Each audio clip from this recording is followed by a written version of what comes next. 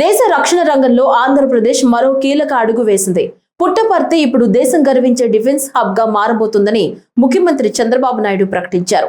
రక్షణ మంత్రి రాజ్నాథ్ సింగ్ తో కలిసి పుట్టపర్తిలో 650 ఎకరాల్లో నిర్మించనున్న advanced medium combat aircraft ప్రాజెక్టుకు సీఎం శంకుస్థాపన చేశారు. ఈ సందర్భంగా మాట్లాడిన చంద్రబాబు, పుట్టపర్తి పేరు వినగానే సత్యసాయిబాబా గుర్తొస్తారని, ఆయన విశ్వశాంతికి చేసిన సేవలను స్మరించారు. అలాగే కర్నూలులో డ్రోన్ సిటీ ఏర్పాటు ద్వారా దేశంలోనే అత్యాధునిక డ్రోన్ వ్యవస్థకు శ్రీకారం చుట్టామని తెలిపారు. 686 కోట్ల పెట్టుబడులతో 8 సంస్థలు రానుండగా 2500 మందికి ఉద్యోగ అవకాశాలు లభించనున్నాయని చెప్పారు.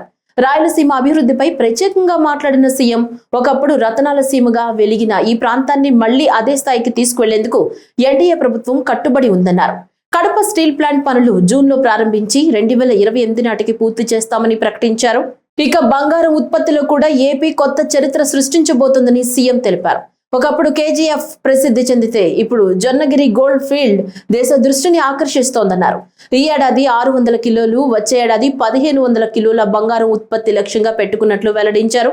మొత్తానికి రక్షణ, పరిశ్రమలు, గనుల రంగాల్లో ఆంధ్రప్రదేశ్ దేశానికి కీలక కేంద్రంగా మారబోతోందని సీఎం చంద్రబాబు స్పష్టం చేశారు. పుట్టపర్తి అనంగానే మనకు గుర్తొచ్చేది సత్యసాయిబాబా.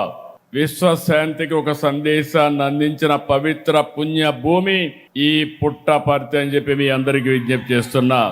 అటువంటి పుట్టపర్తిలో దేశ రక్షణ రంగంలో కీలకమైనటువంటి advanced medium combat air craft fighter jet ఈ రోజు ఇక్కడ ఫౌండేషన్ వేసుకోవడం బ్రహ్మాండమైనటువంటి అవకాశంగా భావిస్తున్నా. పుట్టపర్తి అంటే ప్రశాంతతే కాదు, ఇకపై దేశం గర్వించే రక్షణ కేంద్రం కూడా. పుట్టపర్తికి ఇకపై భక్తికి మాత్రమే కాదు, భద్రత కూడా, దేశ భద్రతకు ఇక్కడి నుంచే ప్రారంభం అవుతుందని చెప్పి మరొకసారి మీ అందరికీ హామీ ఇస్తున్నారు.